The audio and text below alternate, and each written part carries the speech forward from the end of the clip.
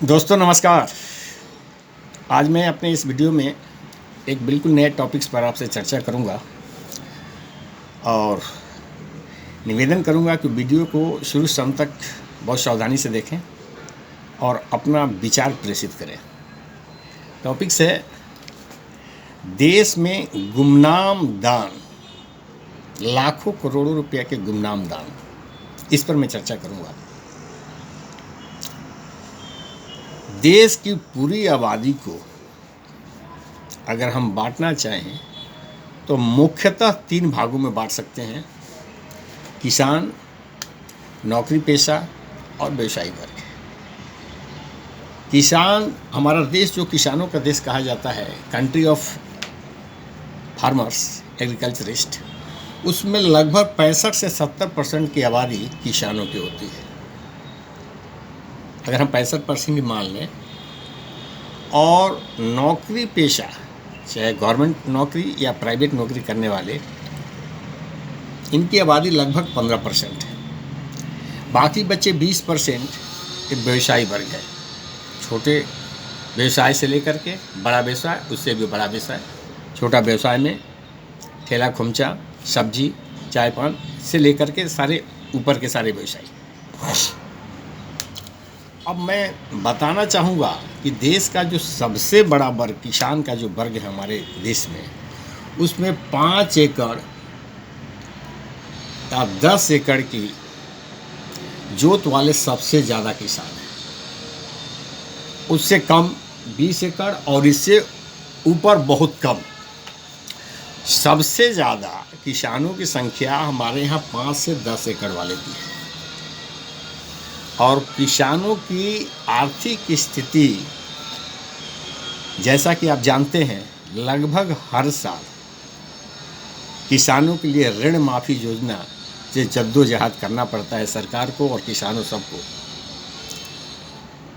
10 एकड़ तक के किसानों की स्थिति ये है, और कभी कभी मैं 20 एकड़ के भी कहूँ, कि उनकी माली हालत ये होती है कि पारिवारिक स्थितियों को संभालना, पारिवारिक आवश्यकताओं को संभालना, बच्चों को पढ़ाना, चिकित्सीय व्यवस्था, खेती के कार्य, अन्य कार्य और बहुत सारे पारिवारिक कार्य, इसी में उलझे रहते हैं। बावजूद इसके इन किसानों की स्थिति ऋणग्रस्तता से डूबी रहती है। प्रायः बहुत सारे किसान ऋणों के बोझ से दबे रहते हैं, जिसके कारण हर साल ऋण माफ़ी की समस्या से दो चार होना पड़ता है।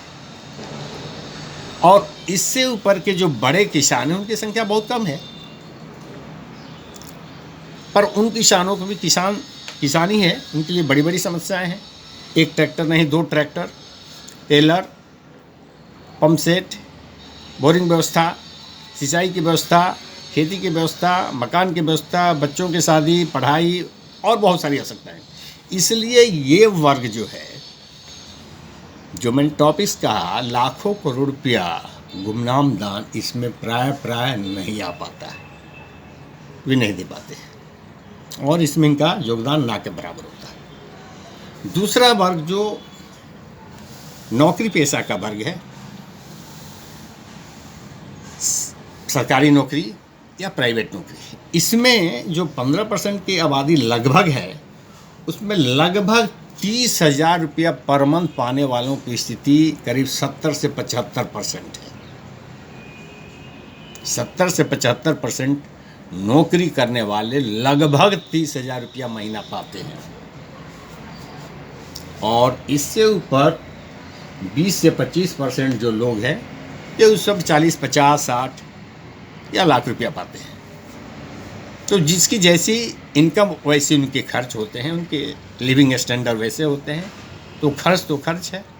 आज पढ़ाई की एक्सपेंसेस बहुत ज़्यादा हैं, चिकित्सा के एक्सपेंसेस बहुत ज़्यादा हैं, लिविंग स्टैंडर्ड बढ़ता जा रहा है।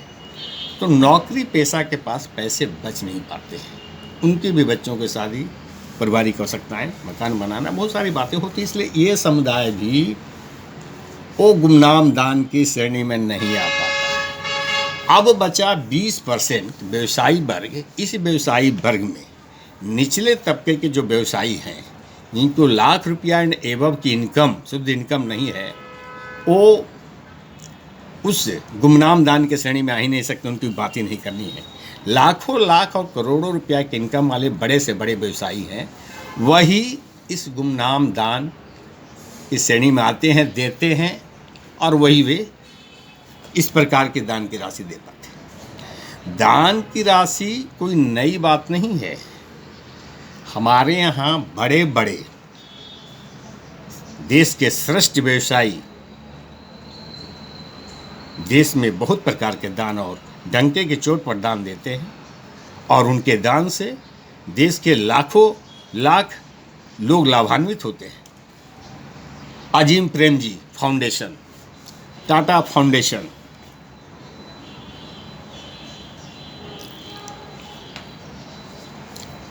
बिरला फाउंडेशन, और उसी प्रकार से अंबानी फाउंडेशन, ये लोग देश में लाखों लाख लोगों को इनके दान से वे लाभान्वित होते हैं। शिक्षा के क्षेत्र में, चिकित्सा के क्षेत्र में, व्यवसाय के क्षेत्र में, रोजगार के क्षेत्र में। परंतु यहाँ जिस दान की बातें हैं, गुमनाम दान, आखिर गुमनाम दान लोग लाखों करोड़ रुपया कैसे देते हैं? अभी अभी मैंने पेपरों में पढ़ा कि गुजरात के अंबाजी मंदिर में इस कोरोना काल के संकटमय स्थिति में 2021 में 53 करोड़ रुपया का दान आया। उसी प्रकार गुजरात के ही जो सबसे बड़ा मंदिर है, वहाँ कृष्ण मंदिर, वहाँ भी 35 करोड़ रुपये का दान आया। लगभग राशि यही है, थोड़ा बहुत ऊपर नीचे हो सकती है। तो दान का तो ये एक नमूना है। हमारे देश में जो मंदिरों का भी देश कह सकते हैं, पूर्व से पश्चिम, उत्तर से दक्षिण, जितने बड़े बड़े मंदिर हैं, उसमें दान की एक बहुत बड़ी राशि आती है। और देश के समग्र रूप में अगर इसका आकलन किया जाए तो ये लगभग प्रतिवर्ष हजारों हजार करोड़ रुपया का दान आता है। अब प्रश्न ये उठता है, आखिर कैसे लोग ऐसे गुमनाम दान के रूप में लाखों लाख करोड़ों रुपया दान देते हैं? क्यों? कारण क्या है गुमनाम दान देने का? गुमनाम दान में दान देने वाले का पता नहीं, उसने कितनी राशि दी इसका पता नहीं। क्या इसी को छुपाने के लिए, या सोर्स ऑफ इनकम को छुपाने के लिए इसमें इसके विवरण देने की जरूरत नहीं होती है? दान की पेटी में बिना ब्यौरा के दान हो गया, और इस प्रकार गुमनाम दान दिए जाते हैं। प्रश्न ये उठता है कि मंदिरों को या भगवान को आपके गुमनाम दान की जरूरत है? जो अनअकाउंटेड मनी है, जिसको ब्लैक मनी भी कहते हैं, भगवान आपके उस वैसा अनअकाउंटेड मनी के आकांक्षी है, उसको ज़रूरत है? फिर ऐसे दान का मतलब क्या है? ये याद रखना चाहिए कि पैसा भगवान की ज़रूरत नहीं है, पैसा इंसान की ज़रूरत है।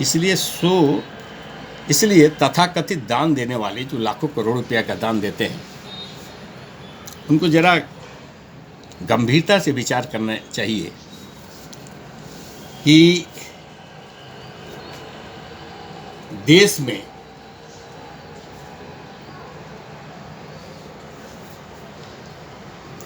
अच्छी और सस्ती शिक्षा का नितांत अभाव है, अच्छी और सस्ती चिकित्सा व्यवस्था का नितांत अभाव है। देश में चिकित्सकों की बहुत बड़ी संख्या में कमी है।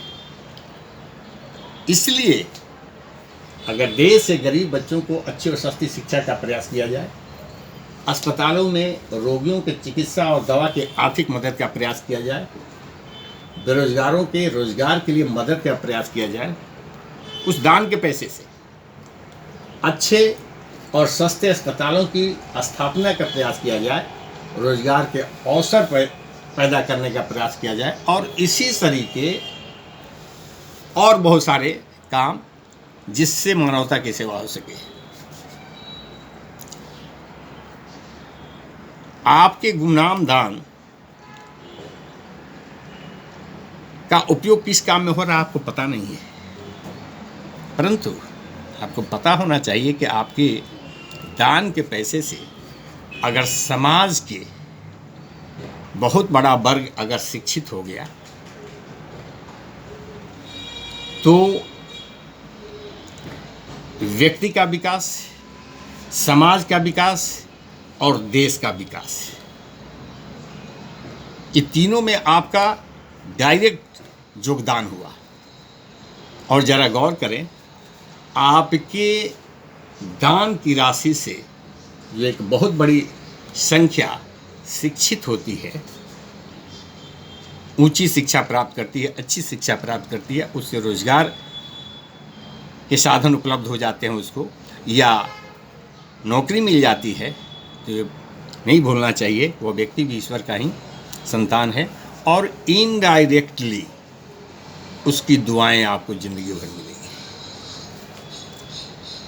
आपके पैसा से अगर अच्छे चिकित्सालय का और सस्ते चिकित्सालय की स्थापना होती है जिससे मानवता की सेवा होगी, चिकित्सालयों में अच्छी चिकित्सा के अभाव में रोगी मर रहे हैं, उसमें अगर आपका सहयोग हो रहा है, ये ईश्वर की सबसे बड़ी सेवा है। आखिर दान, गुप्त दान लोग करते ही क्यों? उसके पीछे कारण क्या है? यही ना, पुण्य प्राप्ति। तो पुण्य प्राप्ति का इससे बड़ा स्रोत क्या हो सकता है? आपके पैसे से मानवता की इतनी बड़ी सेवा हो रही है, रोजगार का सृजन हो रहा है, जिसमें हजारों हजार लाखों लोगों की रोजी रोटी की व्यवस्था होगी, दुआएं आपको मिलेगी, समाज का विकास हो रहा है, व्यक्ति का विकास हो रहा है, देश का विकास हो रहा है। ये ईश्वर की सबसे बड़ी सेवा है और आपका ईश्वर को दिया गया सबसे बड़ा दान है और सबसे बड़ा पुण्य है।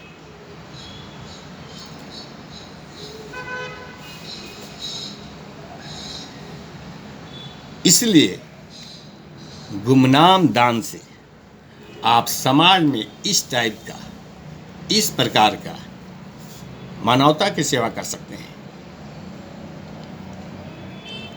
बड़े बड़े लाखों करोड़ों रुपये दान देने वाले क्यों ये नहीं सोचते इस देश के किसी भी क्षेत्र में उनके पैसे से हजारों हजार प्रति वर्ष अगर ग्रेजुएट पैदा होते हैं, उनके पैसे से, science graduate, commerce graduate, arts graduate, तो समाज की तब्दीली हो रही है। समाज को तब्दीली करने में, व्यक्ति की तब्दीली करने में, देश की तब्दीली करने में उनका डायरेक्ट योगदान है। ये ईश्वर की सबसे बड़ी सेवा है और सबसे बड़ा पुण्य का कार्य है।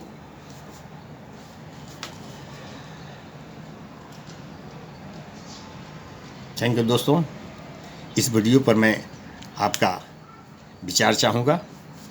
धन्यवाद।